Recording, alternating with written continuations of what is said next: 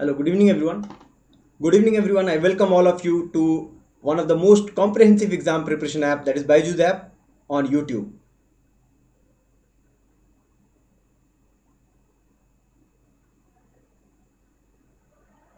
Today's session is about truss analysis.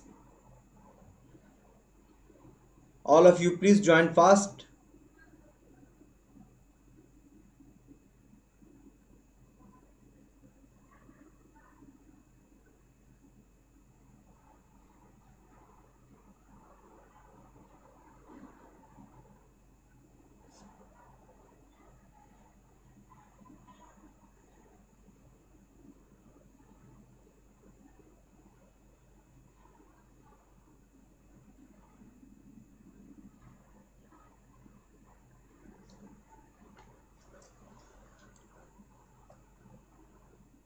Hello Binoy. Hello Samrita. Hello Abu. Good evening to all of you. All of you please join fast so that we can start.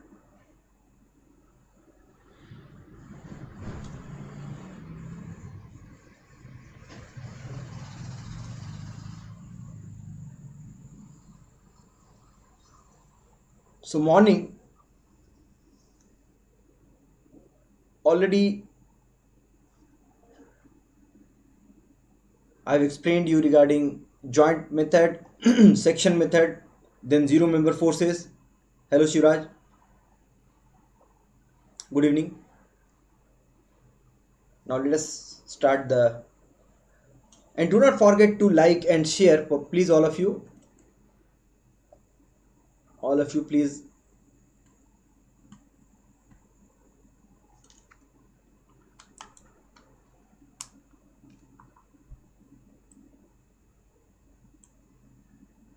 Okay,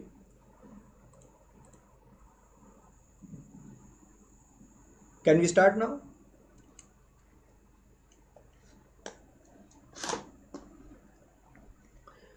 This is my small introduction. As you know, all of you can join to the Telegram channel, which is Civil by Ansari sir, and you can ask any of your doubts there. You can get PDFs and many more. This is the first question in front of you.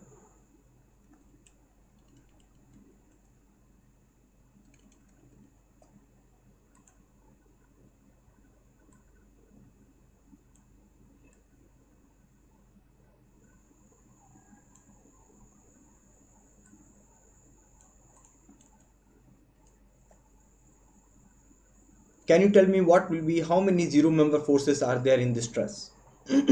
Just in the morning I told you how to calculate zero member forces. I hope all of you are there.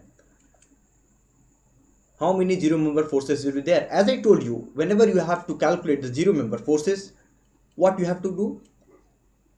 Only four things you have to remember at least. The first one is that any force at a single force cannot exist at a joint. Second one, I told you that two forces cannot exist at a joint until or unless they have only one opportunity. If both of the forces have a same magnitude and in opposite direction, if they are working, then only they will be there, otherwise it will be zero member force. Then third one, I told you regarding if three forces are meeting at a joint, already description I have given there, the detailed one. Then if two are in a one line, third one will be zero member force. Then fourth one, I told you, if you have a truss member which is in between two hinge support, it is not a roller, both side you have a hinge support. So due to the hinge support, what will happen? The member is not subjected to any deformation, right? No force will be coming to this member and it will be a zero member force. That is what I told you. Now if you see here at any of the joint, as long as you come to this joint, you have a three member forces, but not any of the matter are, not any of the concern are matching here. At this point, if you have this joint, if you see, you have a three forces at this position, including this reaction. Three forces are there, we cannot apply anything. At joint A also, you have a two reaction here and two member forces here. Here also you cannot apply anything. At the same time at B also, you have a four forces. You have a forces by including the load which is acting over there. So that zero member forces, if you'll see here, how many zero member forces you are finding out? It is nothing, zero. The zero member forces here are nothing but zero. Did you get that? Did you get that? Yes, good evening. Shaf, Ashish, PM, then Avinash, Suraj, all of you are correct actually. Huh? So you got mastery in that zero member forces. Huh? Okay, what about this one? This is a big diagram. Huh? What will be the correct answer for this one? Which of the given member will be under axial load? Can you do this one? What will be the, which of the option is correct? Which of the given member will be under axial load? Can you give the answer for this one?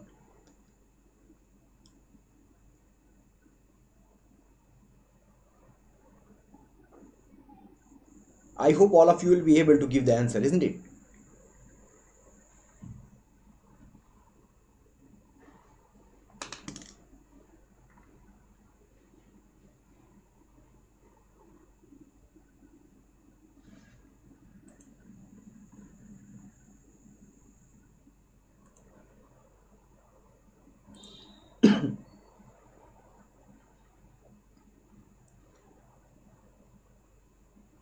Just I'm waiting for your answer. Anyone? Yes, I got the first answer from, it's a Shruti, I think. Yes. Then Vinoy also is providing C. All of you are saying it is C. Let us find it out. Now, zero member forces, if you'll see, all the four categories, just if you apply here, only two forces are meeting at this joint, so these two will be zero member force. As long as this will become zero member force, here also only two forces are meeting, it will become a zero member force. Here once again it will become see, already these two are zero member force, so only two members are meeting at this joint, so it will become zero member force. Then at this joint you'll see only two members are meeting, these two will become zero member force, right? At this joint you will be having reaction, and then these two are still alive, so four forces are there. At this joint you have a reaction and two forces are alive, two members are. Then at this joint you have a four forces, including 1 2 3, and this is fourth one. So this is the load which you have applied here. And at joint E, already we have said, we have made already, but here three member forces are there, but we cannot make it anyone as zero. So these are the member forces which will be there, including FE, will be having axial load. That's what he's asking, which of the given member will be under axial load. So FE, then FG and GH. FE, FG and GH. So all of you have given the very nice and correct answer. Now what about this one? What about this one?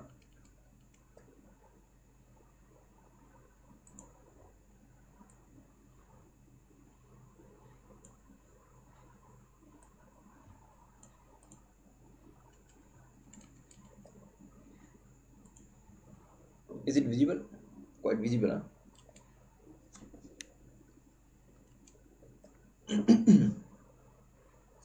This is just member G, that's all. Sorry, joint, that is G here, which is not visible.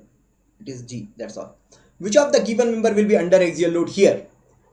You can see that same structure, only if you change the position of the loading. For the same structure, only if you change the position of the loading. Thank you, Ashish. Only if you change the position of the loading, it changes the scenario, isn't it? Which of the given member will be having under axial load? Which one will be correct here? Now let us see how many of you will. Now, but zero member forces, all of you are actually able to identify. There is only one different answer. I'm getting it from PM, which is C. Otherwise, everyone is providing B. Suraj, Ashish, Binoy, they all are providing B only, right? So let us find it out. But I got only 4 answers. What about others? Okay, now Rajiv is also giving D. Okay, let me check it out. So see, similarly, these two are already you have seen. It will be zero member force. As two members are there meeting at a joint, it will be two zero member force. At this joint, two members are meeting. Already they have become zero, so this will be zero member force. At joint D, once again these two will be zero member force. Now here the scene is changed. Why? Because at G, three members are meeting. Two are in a one line, so this will be a zero member force. This will be a zero member force, and I can clearly say that once it will become zero member force. Which one? EG. Remember what I told you. This was your support. See clearly, and you are having actually two members here. You were having two members. These both of the supports are hinge support. So the hinge support cannot go anywhere, right? Cannot move anywhere. No deformation it can create. At the same time, if the member which was meeting at this joint, if it will become a zero member force, one can consider this what was that, FGH. You can simply consider that it is a one member, right? No one is going to provide the force here.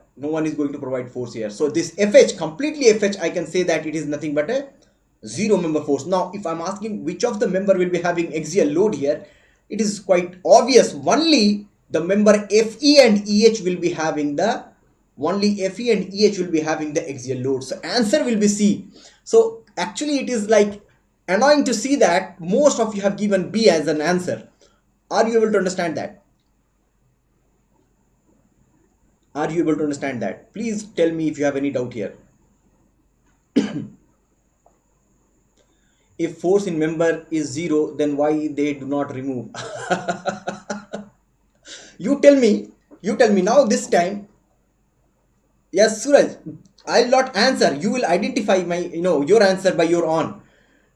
This time I'm saying that FG and GH is a zero member force. At the same time I'm saying that EG also is a zero member force. What about the previous one? Just you see that previous one. Can you identify? In this problem, all the members were having zero member force. No, the axial force which is going to come over the member was more here, right? That's what I told you. For the same truss, if loading condition will get changed, the forces are going to come, right? So one should be able to identify with the different loading condition. One cannot ensure that every time it will be same loading condition, right? I hope you got your answer. Now for next one, if you have any doubt, please let me know. If you have any doubt here. For this problem, please consider this as a 2 meter and this one as a 3 meter. This distance as a 3 meter. Can you identify what is the member force in CD? I have already given how I'm really sorry, it has already appeared how to take the section here. Although if you see that I'm cutting the section, all the 4 sections I'm cutting it down. I'm cutting down 4 sections. Can you see that? This is 4 member I'm taking, considering the section in such a way that, are you able to see this one? Let me just remove myself from here. Okay. If you see that, I have actually taken the section in such a way that I'm cutting down all the 4 members. Can you see that? But in the morning only I told you, most probably or in general, one should not cut the member which is, number of members should not be cutting down. You should not take the section in such a way that you are taking more than 3 members in your section, right? Otherwise, if you are going to apply the equilibrium conditions, you will be having more unknown and you will not be able to solve it. Then why I'm considering this section as this one? See, as long as you are asked to calculate a member force on CD, can you just identify why I have taken this section? Work it out over this problem and tell me if you have any doubt. And find it out whether you are able to do it or not.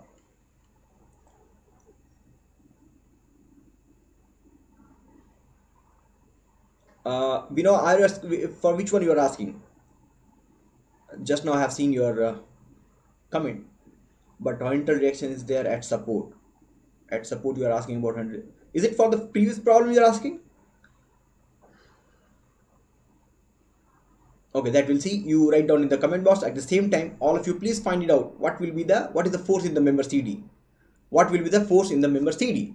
Now, if you see clearly, if you take the section like this, just I'll prepare another diagram and take the top of the section, right?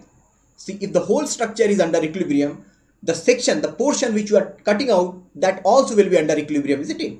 Now, if you take the section, suppose I'm taking this one.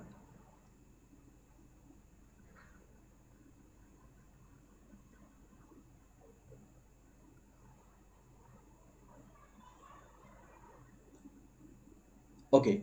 Now, wherever you are cutting the section, that internal member, that it was earlier internal member force, right? Now, if you are cutting the section, it will become what? Exposed and external force, right? Suppose if I say this is a B, C, D, E, F, say it is a G joint.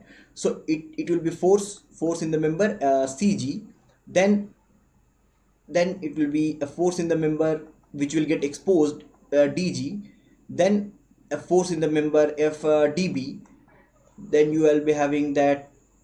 Oh, it is, I'm asking not about CD, I'm really sorry for that one. I'm more interested about CA. That was my mistake, or that's why maybe you are not able to understand. So CA, I'm actually asking about CA. So deliberately, if CA force, member force, if you are going to calculate from here, now the way I have taken the section, already I have actually considered 4 members under my section.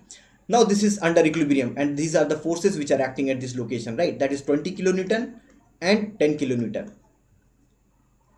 If the whole truss is under equilibrium, this portion of the truss also will be under equilibrium, isn't it? Now, even though whenever you are cutting down more than 3 members, always look for some position where you can go for moment equilibrium. Now, if I will stand at D, summation of moment at D, if I'll go for that one, summation of moment at D. Now, summation of moment, if I'll stand here, the unknown forces FCG, FDG and FDB all are actually passing from the same point, so no moment will be considered in my equation, and certainly it will be easy for me to calculate the member force FCA. So FCA will become this is 3, so FCA into 3 and 10 into 3, then 20, that is minus of 20 into the distance is 2, equals to 0. Oh, maybe I have taken unnecessarily, I have taken that anti-clockwise as plus, but whatever it is, if I have taken anti-clockwise as plus, clockwise I have taken minus, no problem at all. Now how much you will get here? FCA will become these are minus 40, then it will 10 minus plus 10 by 3, it will become 3.33. remember, those who have actually gone through my, one second, why this is not, what, give me 1 second. Okay,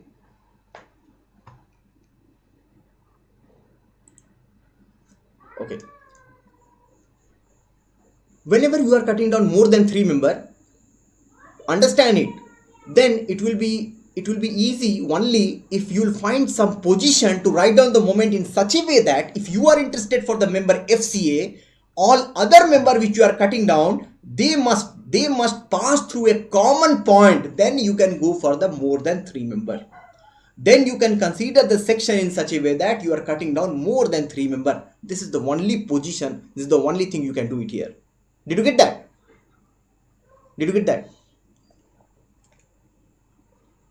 It is only not the solution. I'm telling you how to consider more than 3 member, or when you should consider, when you will be able to consider more than 3 members for the section method. Now, coming to another question.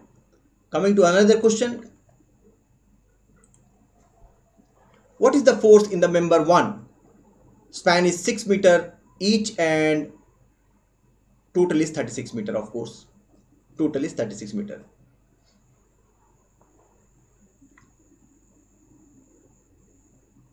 CD एक ही member है या 2 part है? Okay. What is the force in the member 1? Span is 6 meter. Span is 6 meter each, 36 meter, right? Total.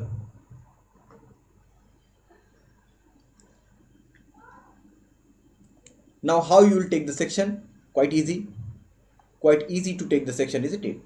Consider the section, maybe consider the section this one.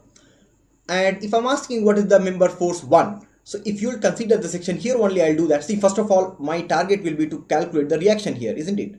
Calculate the reaction. So due to the 20 and 30, if you'll calculate, see 20 is actually acting at the mid, so I can directly write it down.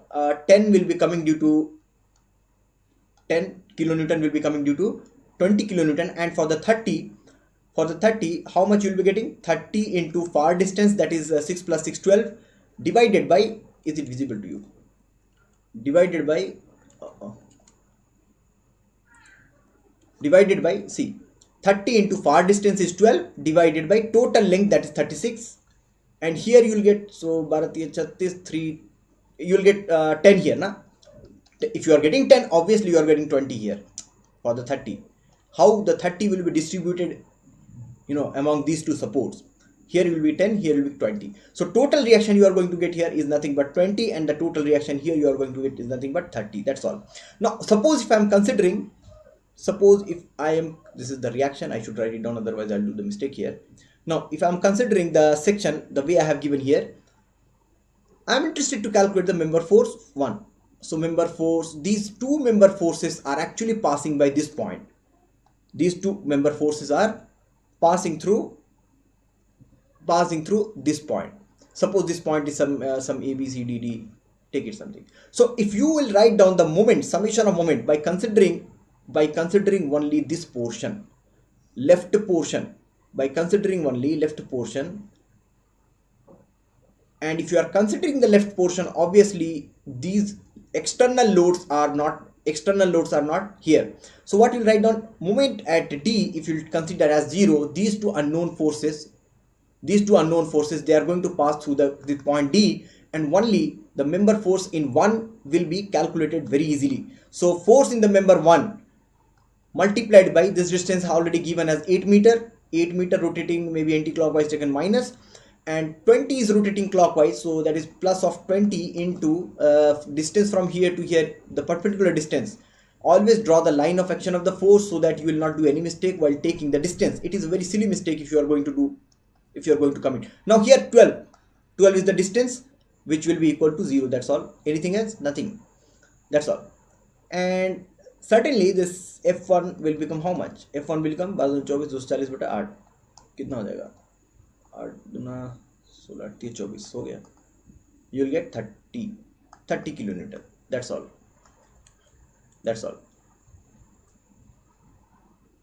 Did you get that? I got answer from Shiraj. Oh, all of you have already given. Vinay, then Rajiv, Shruti, Avinash and Suraj. That's great.